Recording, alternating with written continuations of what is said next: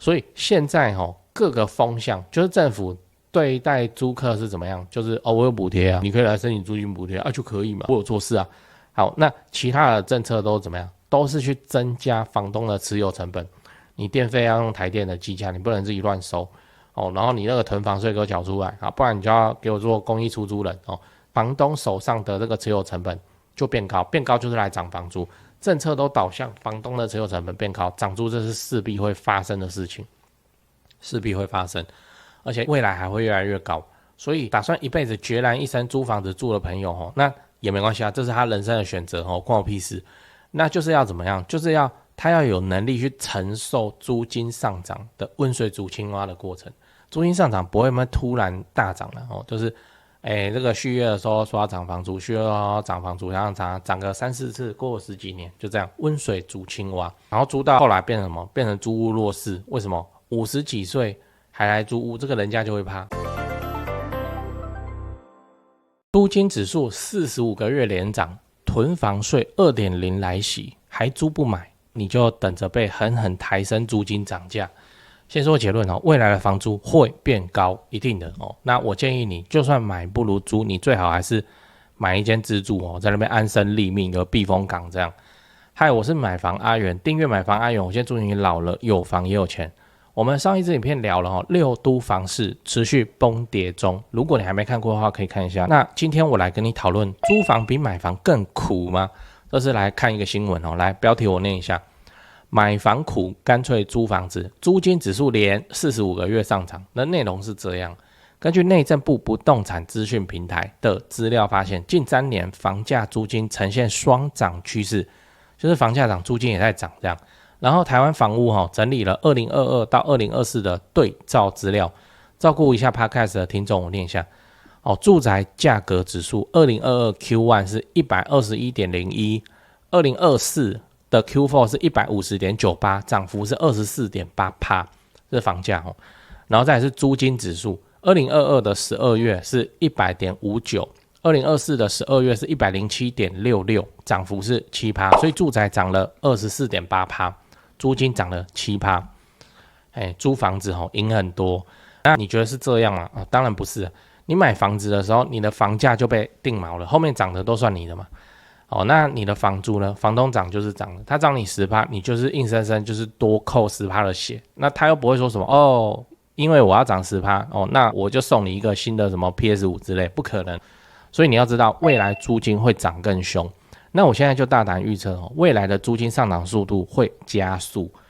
为什么？因为除了我们之前讲的政府也支持房东涨房租以外，今年5月报税你应该有听人家在讲囤房税 2.0 上路，今年是第一次的课税。来，这个新闻标题我念一下：囤房税 2.0 上路，非自住件数税额暴增逾1倍。到底是增加多少来，你看我画红字的地方，非自住开征 175.15 万件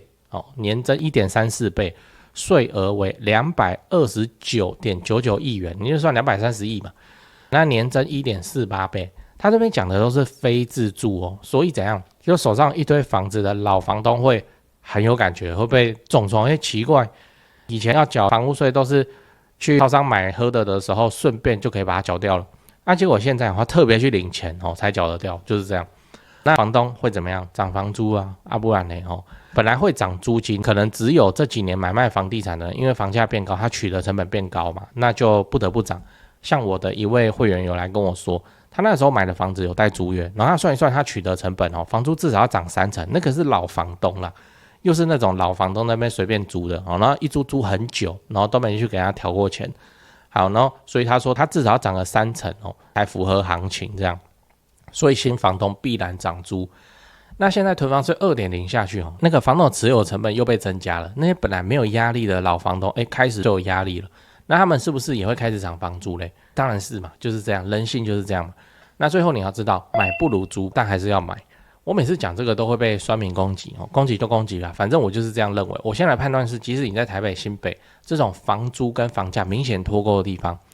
看怎么样也是要买一间房子自住用的，自产的你可以再说。我也知道你现在台北、新北、双北自住的门槛超级高我也知道现在景气就是看坏那我们现在看政府的操作，很明显他他现在就是不要怎样，不要发生隐形房东这件事情，所以才一直推租金补贴，然后租金补贴先上然后租金实价登录先上，然后接下来你看就是囤房税 2.0 了，对不对？这是个连招啊，跨度好几年的连招。那你是房东，你不想要缴这个非自住的税率，你就要怎样？当公益出租人，享有自住的税率。好，但是你看多少老房东是连了解他都不想去了解的，反正政府是怎样，都多收我的钱，我就叫房客出嘛，就这样嘛。你光看电费实支实收的这个政策落实的状况，你就知道了。我问了身边在租屋的朋友，就只有1-2个房东有说要按台电的计价来计费，然后一记下去之后也说要涨房租，其他都是装死啊。所以未来如果你是租客的话，你就越来越危险，孤立无援，因为政策没有倾向你啊。他只是给你补贴，然后大家正常报税，然后房东成本剧烈的拉升，政府有没有做事？有啊，他有照顾租客啊，就给你租金补贴啊，就这样。那你说未来经济变差怎么办？经济变差就变差你手上有房子，你还是很安全啊。之前经济不好的时候，那个不好是指那个疫情疫情的时候大家在缴房贷然后自动展延宽限期然后那个房贷的利率调低调低这件事情是自动的很夸张。我这东西还有自动不是我要去申请然后干嘛不用，它就自动就给你了，就是这样。它保这些屋主那租房子的人，政府有给什么租金补贴吗？好像也没有，对啊那所以我才会建议你说，不管怎么样有一间自住安身立命之本这个有退路，人生才比较安全。对这几件事情先讲，不然怕忘记。就现在不是房地产吹冷风嘛这已经是事实了。那我自己的观察是这样跟你分享一下。先说台北台北市、新北市。那台北目前依然持续在成交那成交的行情没有特别的高，也没有特别的低，就行情这样。只是说现在的买方分布已经变成说 50% 是自住换屋那 50% 是财富传承，投资客几乎都离开台北了。那我想这个也不赖嘛，就没有投资客在那边恶性炒作那前面讲到那个 50% 自住换屋，自住换屋很重要的考量就是小朋友的学区所以蛋黄依然非常坚挺那 50% 的财富传承那财富传承讲的就是就天龙人嘛有钱的天龙人。那通常都是怎样？长辈就是看生几个小孩，然后每个小孩一人帮他们买一间这样要给小孩的这种属性。所以他那个也没有要投资，也没有要炒作啦，就是保值就好财富传承那你有钱，你要放在全台湾最顶尖的房地产市场来自住换屋或是财富传承都可以只是说现在成交在4500万以上已经是目前的常态我居然还有观众去买超过1亿的大安区房子，然后他们说我台北前辈的团队服务是非常的顶级他们的家族很满意这样。对，所以你要看那些财富传承用的房子或者好学区的房子你就加我前辈的 LINE 小老鼠拜台北，小老鼠买台北这样。加了你就看到他的大头贴那个是助理在顾的那他们会不定期的 po 这些房子给你参考。OK 那讲完台北，讲高雄高雄的情况是也一样，市场降温那之前的乱买乱出价族群就不见了。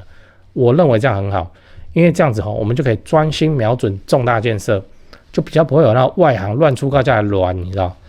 那自从我拍了会员影片我会员影片不是都会拍重大建设嘛？那陆陆续续我拍了高雄的重大建设有楠梓台积电到凹子底3大开发案，富邦凹子底 BOT 案，到71期4地重划，新高雄火车站，到亚洲新湾区你们观众很奇怪我拍一个重大建设，你们就跟着买一个重大建设附近。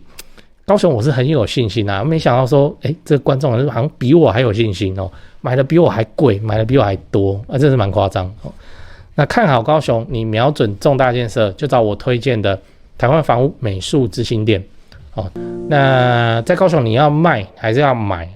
那你就给他们一条龙就好了，就跟我一样，我过去10几年都是他们处理的，这是真的那我付的中介费这样子加起来早就超过7位数。那你看我还是愿意推荐他们就是真的很没问题嘛很专业，很 OK。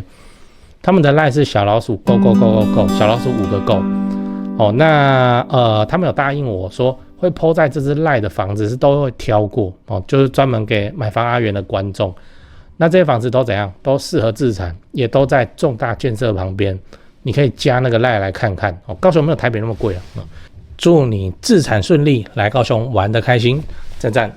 讲八卦哦，讲八卦，我讲2个哦。如果政府苦民所苦，他推出了租金价格管制，会发生什么事情？所谓的租金价格管制，就是说你房东你不能漫天开价啊，这边就有这个行情嘛，哦，那这个行情是政府定的，好，那你就不能租高于这个多少哦，就这样定下去会发生什么事？来，这边都有新闻哦。那这个美国给他干下去了哦。纽约州新法生效后，部分房东宁愿不整修，甚至让屋况欠佳的房子空着，也不想要为出租公寓多花钱哦，去缴那些税费、装潢费，就会这样啊，就会这样啊。所以你说那个政府来干预这个租屋市场，真的是一件好事情吗？现在来看哦，应该不叫好事情哦。我们抄作业还抄欧美先进国家，这个人家先进国家，你看房东也是一样啊，算一算美和就干脆就放着，让它空着，扣血就扣血，反正之后就直接拿那个房地产的增值就可以了。好，真的就介入租屋市场，就是大幅管理，你房子太烂不行，你要给我整修，你相不相信？那我们大家就是空着就不管了，就这样。好，那第二个东西是租金的实价登录已经上线哦。这样你就查内政部，你 Google 内政部实价登录哦，就有一个页签，就是租金的实价登录，你自己去查你们家社区哦或那附近，它有一个很大的问题哦，就是它没有屋况，对不对？就没有啊，没有屋况会变成什么？就会变成说同一个社区大楼哦啊，有人有装潢有整理有软装啊，布置得很漂亮啊，有一个什么都没有空屋，然后看起来黑黑脏脏的漏水，他也在租 OK， 结果2笔实价登录又被登上去了，你没有屋况这个东西可以参考。没有屋况这东西可以参考的情况之下，那下一个同社区的房东要出租，请问他会参考谁的租金？废话，当然是高的那笔啊，就这样。所以租金实价登录会造成租金大涨的现象，就是这样来的。你是房东那人性就是这样这个我们大家都不是什么圣人，你就去看嘛，看你今天在这个社区有房子要出租，那你要租多少？为什么这个我们这边可以租那么高？那我也来开看，顶多减他1-2千就会变成这样即使你完全没有整理，这种情况会越来越多，真的会变多很多，就没有照片可以参考，就会变成这个样子。所以现在各个风向就是政府对待租客是怎么样，就是我有补贴啊，你可以来申请租金补贴就可以嘛，我有做事啊。好，那其他的政策都怎么样？都是去增加房东的持有成本，你电费要用台电的计价，你不能自己乱收然后你那个囤房税给我缴出来不然你就要给我做公益出租人房东手上的这个持有成本就变高，变高就是来涨房租，政策都导向房东的持有成本变高，涨租这是势必会发生的事情，势必会发生，而且未来还会越来越高。所以打算一辈子决然一生租房子住的朋友那也没关系啊，这是他人生的选择关我屁事。那就是要怎么样？就是要他要有能力去承受租金上涨的温水煮青蛙的过程。租金上涨不会突然大涨了就是这个续约的时候说要涨房租，续约要涨房租，然后涨个3-4次，过了10几年就这样温水煮青蛙，然后租到后来变成什么？变成租屋弱势。为什么50几岁还来租屋？这个人家就会怕房东就会怕。你不要讲房东，你自己有房子，然后今天有一个60几岁的白发苍苍，他还拿拐杖因为他说他脚不好，膝盖有开过刀，怎么样来跟你租房？你要不要租给他？对吧？你会不会怕？就这样所以建议还是安身立命还是买个房子，而且是电梯大楼比较好。你这个养老，你有地方跑，你知道？你说养老我就去住安养院去啊，你不买房子，我现在看起来没有谁真的存得下钱他们都在想说，未来老了之后我要去住安养院那都是花钱。可是你没去买房子去做这种强迫储蓄，都在租房子，剩下的钱你看谁存到了嘛？就你看谁存到，还不是花掉追求生活品质，年轻的时候过得很潇洒，老的时候再看亲戚朋友要不要接济，然后没钱就来怪政府，都会变成这样。所以我是认为自己的人生自己负责啦，我们把房子准备起来然后有个